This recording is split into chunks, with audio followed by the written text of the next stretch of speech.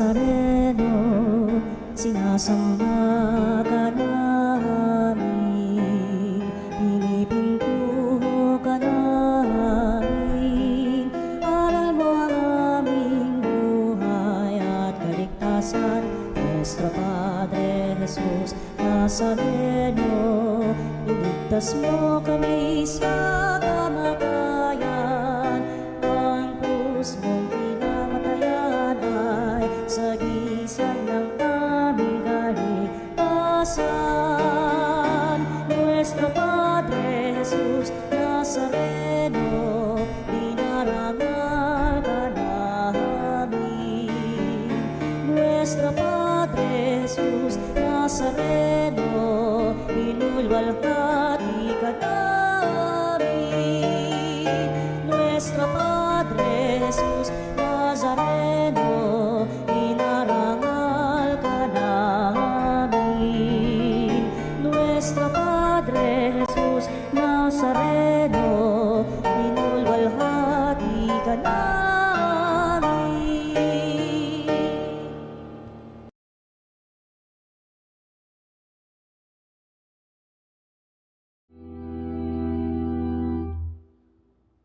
Sa ngalan ng Ama at ng Anak at ng Espiritu Santo, Amen.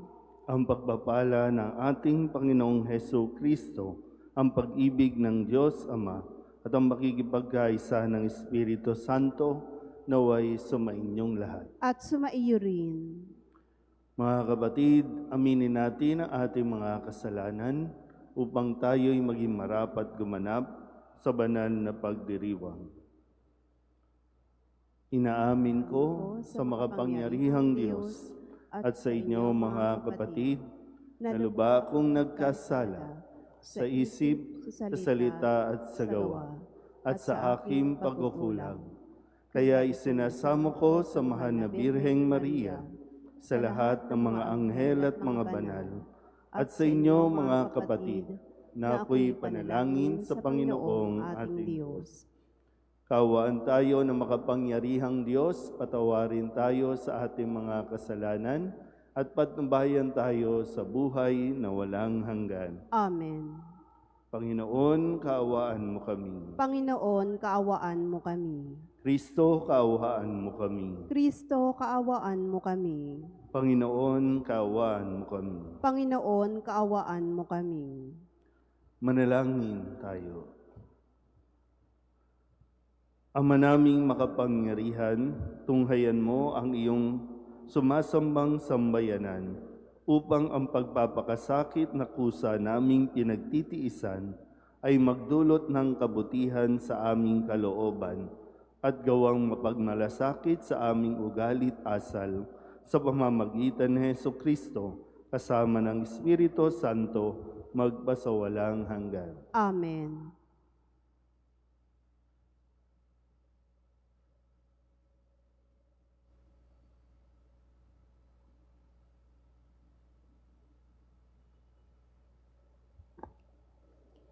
Pagbasa mula sa aklat ni Propeta Jonas.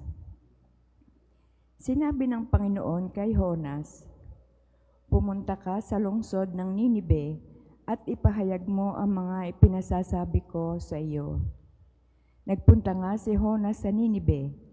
Malaki ang lungsod na ito. Aabuti ng 3 araw kung lalakaring pabagtas. Siya ay pumasok sa lungsod. Pagkaraan ng maghapong paglalakad, malakas niyang ipinahayag, "Gugunawin ang Ninibe pagkaraan ng 40 araw." Naniwala ang mga taga roon sa pahayag na ito mula sa Diyos. Kaya nag-ayuno sila at nagdamit ng sako bilang tanda ng lubos na pagsisisi at pagtalikod sa kanilang mga kasalanan. Nang mabalitaan ito ng hari ng Ninibe, bumaba siya sa kanyang trono, naghubad ng balabal, nagdamit din ng sako at naupo sa abo. At ipinasabi niya sa mga taga Ninibe, "Ito'y utos ng hari at ng kanyang mga pinuno. Walang kakain isa man, wala ring iinom maging tao o hayop. Lahat ng tao at hayop ay magdamit ng sako. Taimtim na manalangin sa Diyos ang bawat isa. Pagsisihan ang lahat ng nagawa nilang kasalanan at talikdan ang masamang pamumuhay. Baka sa paraang ito'y mapawi ang galit ng Diyos, magbago siya sa kanyang pasya at hindi na ituloy ang balak na paglipol sa atin. Nakita ng Diyos ang kanilang pagtalikod sa kasamaan, kaya hindi na itinuloy ang paggunaw sa Ninive. Ang salita ng Diyos. Salamat sa Diyos. Diyos ko, iyong tinatanggap, pakumbabat pusong tapat. Diyos ko, iyong tinatanggap, pakumbabat pusong tapat. Ako'y kaawaan, o mahal kong Diyos, sangayon sa iyong kagandahang loob. Mga kasalanan ko'y iyong pawiin, ayon din sa iyong pag-ibig sa akin. Hugasan mo sana ang aking karumhan, dalisayin mo ang aking kasalanan. Diyos ko, iyong tinatanggap, pakumbabat pusong tapat. Isang pusong tapat sa aking likhain, bigyan mo, O Diyos, ng bagong damdamin. Sa iyong harapay, huwag akong alisin. Ang Espiritu mo ang papaghariin. Diyos ko, iyong tinatanggap, pakumbabat pusong tapat.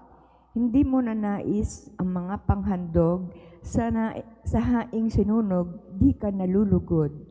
Ang handog ko, O Diyos, na karapat-dapat, ay ang pakumbabat, pusong mapagtapat. Diyos ko, iyong tinatanggap, pakumbabat pusong tapat.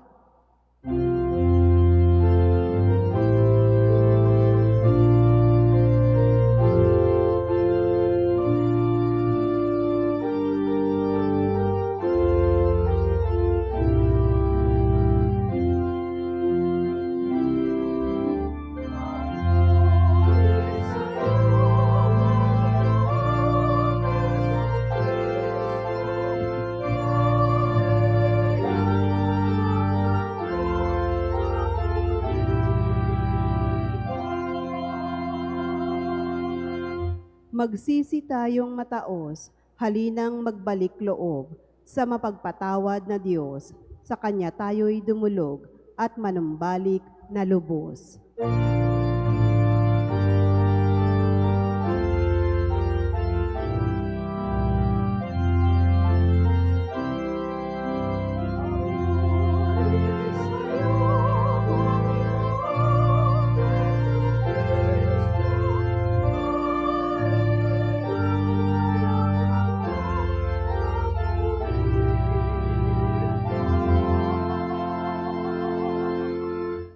Sumainyo ang Panginoon. At sumaiyo rin. Ang mabuting balita ng Panginoon ayon kay San Lucas. Papuri sa iyo, Panginoon. Noong panahong iyon, samantalang dumaragsa ang mga tao, sinabi ni Jesus, napakasama ng lahing ito. Naghahanap sila ng palatandaan mula sa langit. Subalit walang ipapakita sa kanila maliban sa palatandaang inilalarawan ng nangyari sa Honas. Kung paanong naging isang palatandaan si Honas sa mga taga-Ninibe, gayon din naman magiging isang palatandaan sa lahing ito ang anak ng tao. Sa araw ng paghuhukom, titindig ang reyna ng timog laban sa lahing ito at sila'y hahatulan niya ng kaparusahan. Sapagkat nanggaling siya sa dulo ng daigdig upang pakinggan ang karunungan ni Solomon. Ngunit higit na di hamak kay Solomon ang naririto. Sa araw ng paghuhukom ay titindig ang mga taga-Ninive laban sa lahing ito at hahatulan ng kaparusahan, sapagkat nagsisi sila dahil sa pangangaral ni Honas. Ngunit higit na di hamak kay Honas ang naririto. Ang mabuting balita ng Panginoon. Pinupuri ka namin, Panginoong Heso Kristo. Isang magandang umaga po sa inyong lahat. Ngayon po ay Miyerkules sa unang linggo ng 40 araw na paghahanda.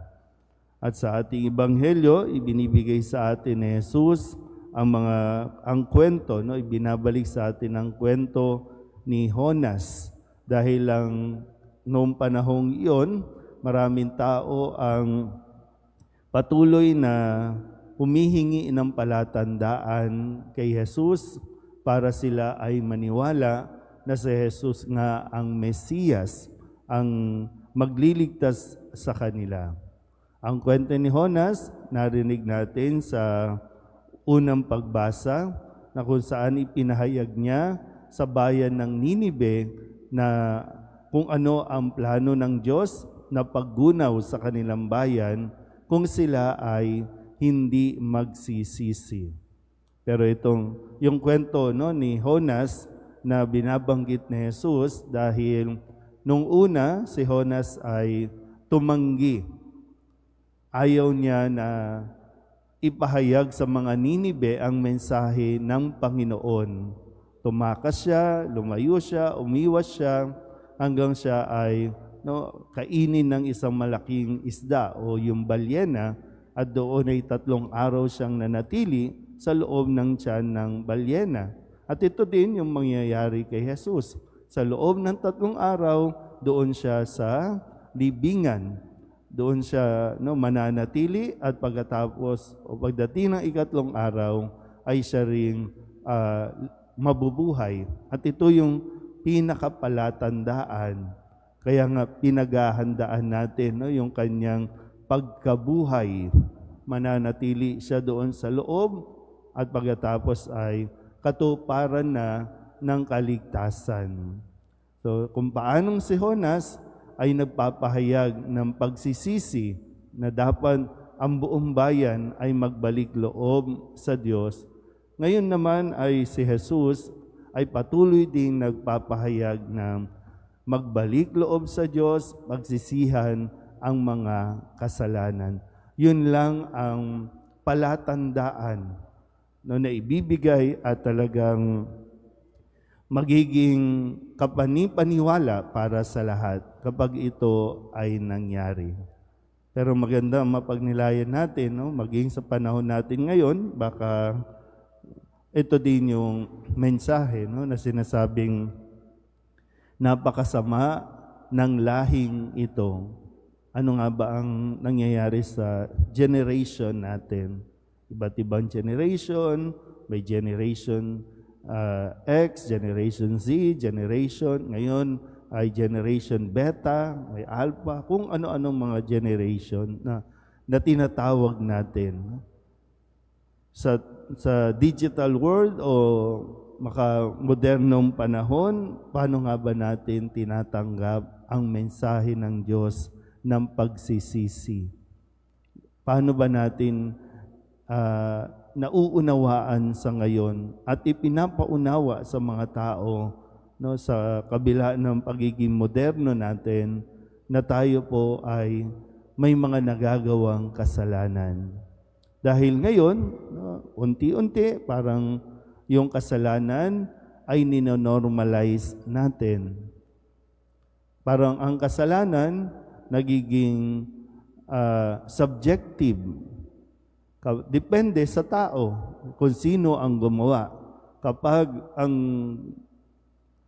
kasalanan ginawa ng ordinaryong tao, sabihin, kapag taga-Tondo ang gumawa ng kasalanan, patay agad yan. Pero kapag kilala sa lipunan, kahit pumatay ng marami, gusto nating i-justify na okay lang yan. Maging sa pagsasama, kapag sikat, kapag kilalaan ng tao, kahit nga hindi mag-asawa, sinasabi natin, na-justify natin, okay lang yan. Pero kapag hindi kilala, o kaya naman, kapag mga sikat na tao, gusto natin payagan na mag-divorce.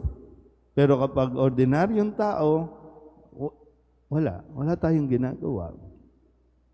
So yung kasalanan natin, kung paano yung kasalanan ng mga taga Ninive, hindi na ito nagiging individual, kundi kasalanan ng bayan. Kaya nga maganda po, maganda yung kwento sa unang pagbasa na pinangunahan ng hari ang pagsisisi. Pinangunahan ng hari ang pag-aayuno para iparating sa Diyos na na-realize nila na nagkasala nga sila sa Diyos at dapat lahat ay magsisi. Lahat. Walang magtatrabaho, walang kikilos, mag-aayuno lahat. Kaya, hindi na itinuloy ng Diyos ang paggunaw o pagpaparusa sa bayan ng Ninive. Diba? Kung sa atin mismo, Kasi ngayon, mismong mga leader natin, mismong mga may katungkulan, nakakalungkot man, pero baka sila ang nagdadala, patuloy, na nagdadala sa atin sa pagkakasala. Gaya nga ng nasabi ko, gusto natin illegalize ang mga kasalanan para lamang ma-justify yung mga pang-personal at pansarili nating mga hangarin sa buhay. Kaya ngayon, kahit nga sa kasalukuyan, dahil sa mga kampanyang nangyayari, okay na lang, Basta nagbigay ng pera para sa atin, mabait na yan. Basta binigyan ka ng pera, okay na yan. Hindi natin na nakikita yung kasalanan na nangyayari sa paligid natin. Basta't may matanggap tayo, higit na ang ating mga mata. At kukonsintihin na natin ang bawat isa. So, muli, sa panahon ng Kwaresma, nitong 40 araw na paghahanda, mapagnilayan nawa natin ang mga nagagawa nating mga kasalanan, hindi lang bilang individual, kundi bilang isang bayan. Pagsisihan ang ating mga kasalanan, magbalik loob kay Jesus. Amen?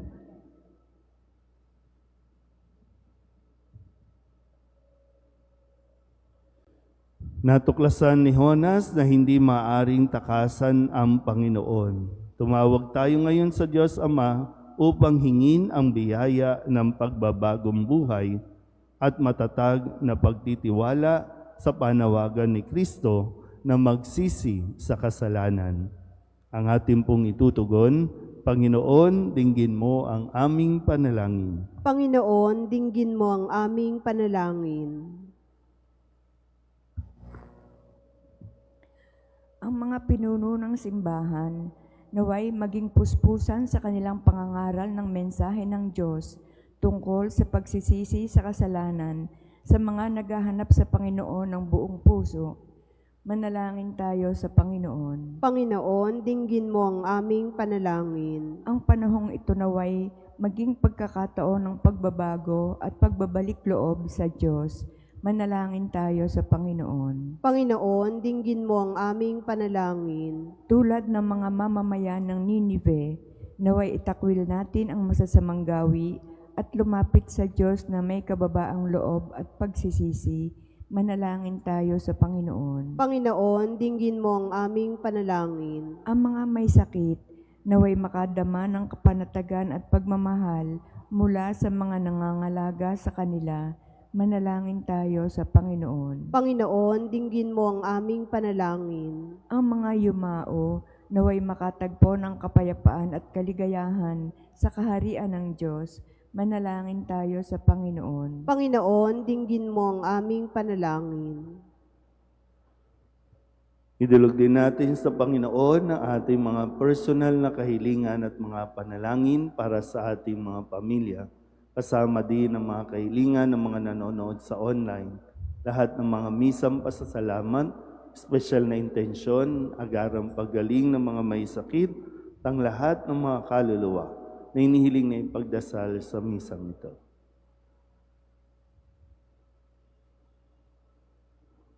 Ang lahat ng ito iniling namin sa ngalan ni Kristong aming Panginoon. Amen.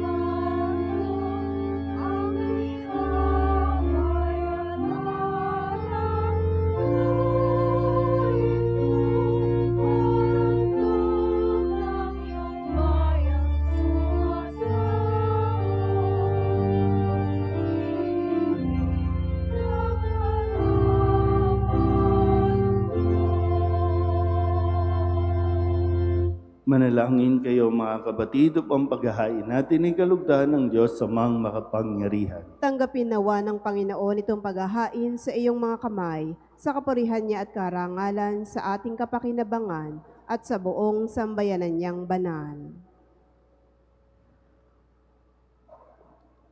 Ama naming lumikha, ang iyong mga kaloob ay aming inihahain upang aming sambahin ang ngalan mo. Mapagsaluhan nawa namin ito sa pakikinabang bilang tagapagdulot ng iyong walang maliw na kagalingan sa pamamagitan ni Jesucristo kasama ng Espiritu Santo magpasawalang hanggan. Amen. Sumainyo ang Panginoon. At sumaiyo rin. Itaas sa Diyos ang inyong puso at diwa. Itinaas na namin sa Panginoon. Pasalamatan natin ang Panginoong ating Diyos. Marapat na siya ay pasalamatan. Ama naming makapangyarihan, tunay ngang marapat na ikaw ay aming pasalamatan sa pamamagitan ni Jesucristo na aming Panginoon. Binibigyan mo kami ng bagong pagkakataon upang ganapin ang paghahanda ngayon para sa pagdiriwang ng muling pagkabuhay.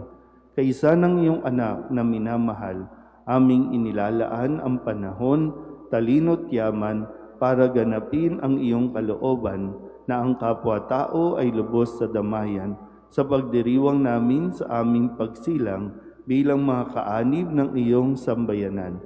Kami iyong pinagkakamit ng katayuang ganap sa pagtatangkiling, kaya kaysa ng mga anghel na nagsisiawin ng papuri sa iyo na walang humpay sa kalangitan, kami nagbubunyi sa iyong kadakilaan.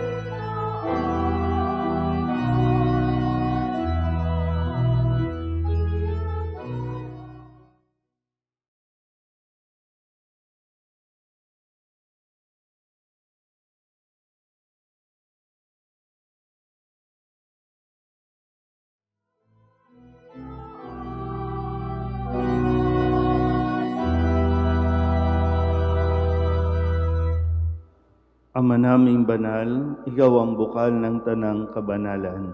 Kaya't sa pamamagitan ng iyong Espiritu, gawin mong banal ang mga kaloob na ito upang para sa aming maging katawan at dugo ng aming Panginoong Heso Kristo. Bago niya pinagtiis ang kusang loob na maging handog, inawakan niya ang tinapay, pinasalamatan kaniya, pinaghati-hati niya iyon, iniabot sa kanyang mga alagad at sinabi, "Tanggapin ninyong lahat ito at kanin, ito ang aking katawan na ihahandog para sa inyo.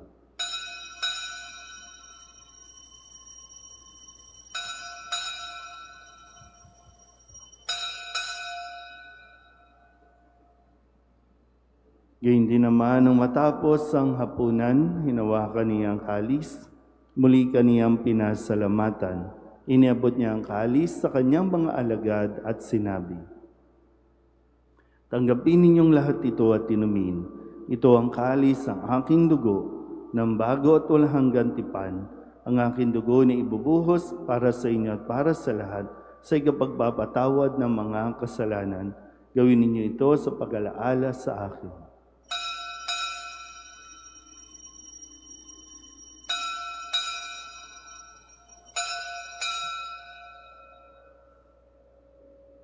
Ipagbunyi natin ang misteryo ng pananampalataya. Si Kristo'y namatay, si Kristo'y nabuhay, si Kristo'y babalik sa wakas ng panahon. Ama, ginagawa namin ngayon ang pag-alaala sa pagkamatay ng iyong anak, kaya tiniaalay namin sa iyo ang tinapay na nagbibigay buhay at ang kalis na nagkakaloob ng kaligtasan. Kami nagpapasalamat dahil kami iyong minarapan na tumayo sa harap mo para maglingkod sa iyo. Isinasamo namin kami magsasalo-salo sa katawan at dugo ni Kristo ay mabuklod sa pagkakaisa sa pamamagitan ng Espiritu Santo. Ama, lingapin mo ang iyong simbahang laganap sa buong daigdig. Puspusin mo kami sa pag-ibig kay San Francisco na aming Papa at ni Jose na aming Obispo at ng Tanang Kaparian. Alalahanin mo si Edita na tinawag mo mula sa daigdig na ito. Nung siya'y binyagan, siya'y nakaisa ni Kristo sa pagkamatay. Ngayong siya'y pumanaw, naway makaisa siya ni Kristo sa pagkabuhay. Alalahanin mo rin ang mga kapatid naming nahimlay na may pag-asang sila'y muling mabubuhay, gayon din ang lahat ng mga pumanaw. Kawaan mo sila at patuloyin sa iyong kaliwanagan. Kawaan mo at pagindapating kaming lahat na makasalo sa iyong buhay na walang wakas.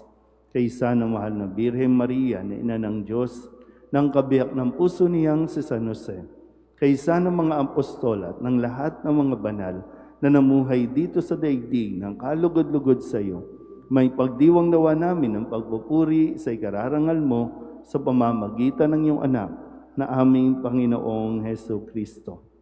Sa pamamagitan ni Kristo, kasama niya at sa Kanya, ang lahat ng parangal at papuri ay sa iyo, Diyos Amang makapangyarihan, kasama ng Espiritu Santo, magpasawalang hanggan.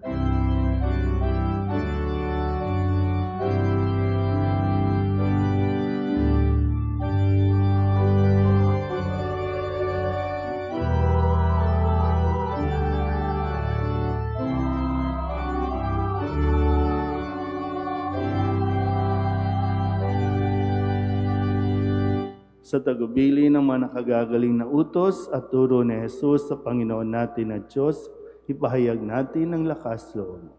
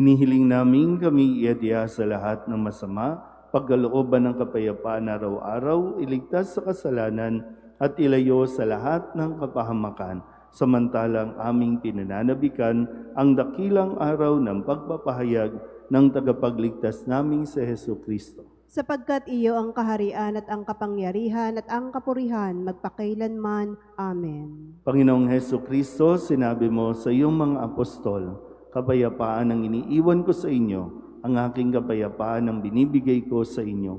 Tunghayan mo ang aming pananampalataya at huwag ang aming mga pagkakasala. Pagkalooban mo kami ng kapayapaan at pagkakaisa ayon sa iyong kalooban, kasama ng Espiritu Santo, magpasawalang hanggan. Amen. Ang kapayapaan ng Panginoon ay laging sumainyo. At sumaiyo rin. Magbigayan po tayo ng kapayapaan sa isa't isa. Kordero ng Diyos na nag-aalis ng mga kasalanan sa sanlibutan, maawa ka sa amin. Kordero ng Diyos na nag-aalis ng mga kasalanan sa sanlibutan, maawa ka sa amin. Kordero ng Diyos na nag-aalis ng mga kasalanan sa sanlibutan, ipagkaloob mo sa amin ang kapayapaan. Ito ang kordero ng Diyos. Ito ang nag-aalis ng kasalanan ng sanlibutan.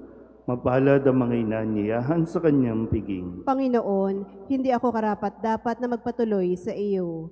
Ngunit sa isang salita mo lamang ay gagaling na ako.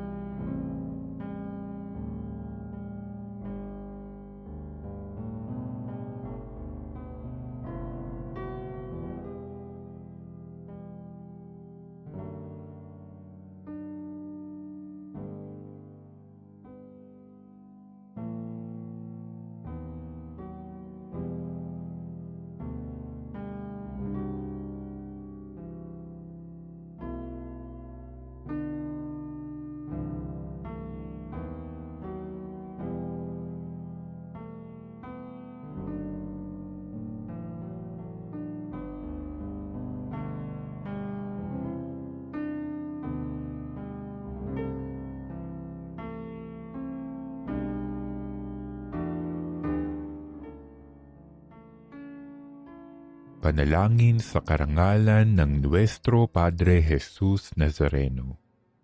O Jesus Nazareno, katamis-tamisan naming manunubos, sa harap mo ngayon naririto kami't nangangayupapa at nagsisisi ng taos-puso sa aming pagiging walang turing sa iyo at paglimot sa di mabilang na mga biyaya mo. Lalong-lalo na yaong mahalagang biyaya ng pagtutubos. Dinaramdam namin at pinagsisisihang labis, Panginoon ko, ang pagkakasala namin sa iyo. Ikinalulungkot namin ang pagiging dahilan ng pagpapasan mo ng krus na iyan sa gitna ng mga hirap at kapaitan, hanggang sa inihandog mo ang iyong buhay sa bundok ng Kalbaryo, sa pagkaibig mo lamang na matubos kami at ang sangkatauhan mula sa sala. Pakabanalin mo, O Panginoon, ang aming pagnanais at ipagtanggap mo sa amin ang iyong biyaya. Maging tagapamagitan nawa ang iyong ina, ang kalinis-linisang Birheng Maria.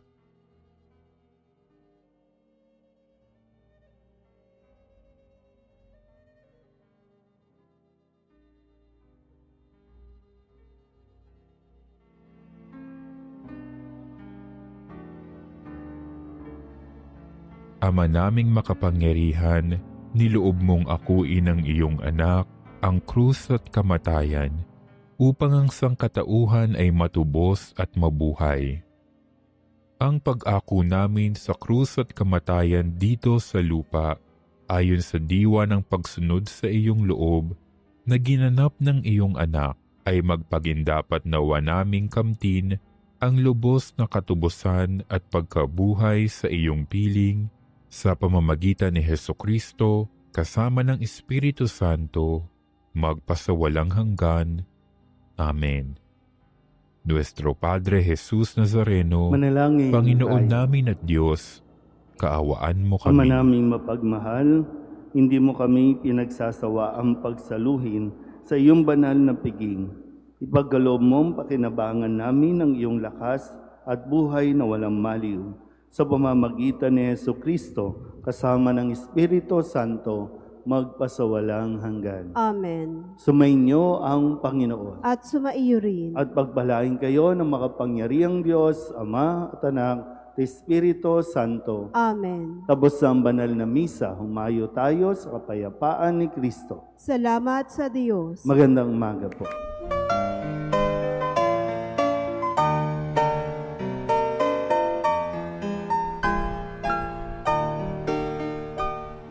Nuestro Padre Jesus Nazareno, sinasamba ka namin, pinipintuho ka namin, aral mo ang aming buhay at kaligtasan. Nuestro Padre Jesus Nazareno, iligtas mo kami sa kamatayan, ang krus mong pinamatayan ay sagisag ng aming kaligtasan. Nuestro Padre Jesus Nazareno, dinarangal ka namin. Nuestro Padre Jesus Nazareno, inulwalhati ka namin. Nuestro Padre Jesus Nazareno, inarangal ka namin. Nuestro Padre Jesus Nazareno, inulwalhati ka namin. Hingin natin ang biyaya ng pagpapagaling kay Nuestro Padre Jesus Nazareno.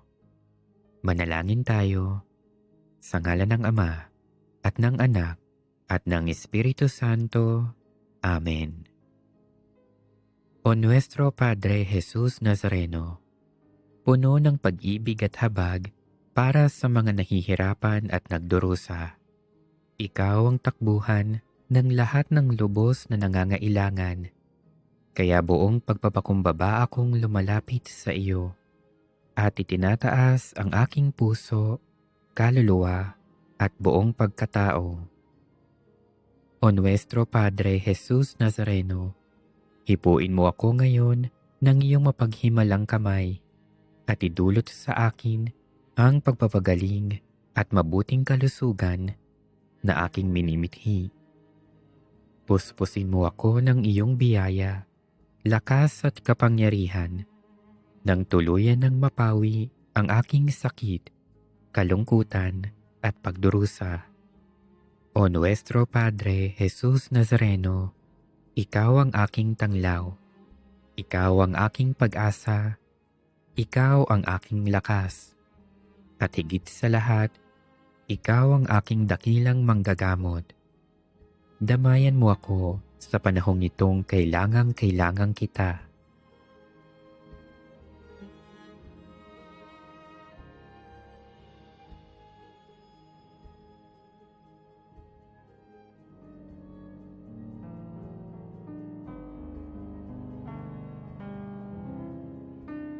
O Nuestro Padre Jesus Nazareno, samahan mo ako sa oras ng pagsubok at paghihirap.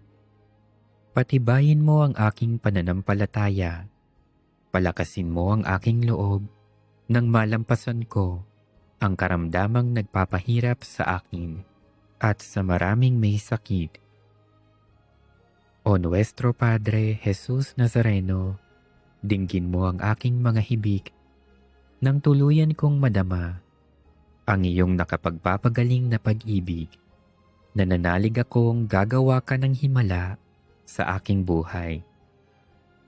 O Nuestro Padre Jesus Nazareno, buong paggalang at pagtitiwala akong tumatawag sa iyo. Pagalingin mo nawa ako mula sa lahat ng aking karamdaman. Alisin mo nawa ang aking mga takot at alalahanin sa buhay. Patawarin mo nawa ako sa aking mga kasalanan at bigyan mo nawa ako ng tunay na kapayapaan at malakas na pangangatawan. O Nuestro Padre Jesus Nazareno, nagtitiwala ako sa iyong walang hanggang kapangyarihan. Nananalig ako sa iyong mga salita at naniniwala akong walang sakit na hindi mo kayang pagalingin. Alam kong hindi mo ako bibiguin, kaya narito ako at nagpapasalamat sa iyong walang hanggang pagkalinga sa akin. O Nuestro Padre Jesus Nazareno, turuan mo akong magtiwala sa dakilang kalooban ng Diyos. Maging handa nawa akong tanggapin kung ano ang kaniyang naisin. Nang buong tapang kong maharap ang lahat ng pagsubok at paghihirap. O Nuestro Padre Jesus Nazareno, kaawaan mo ako. Amen.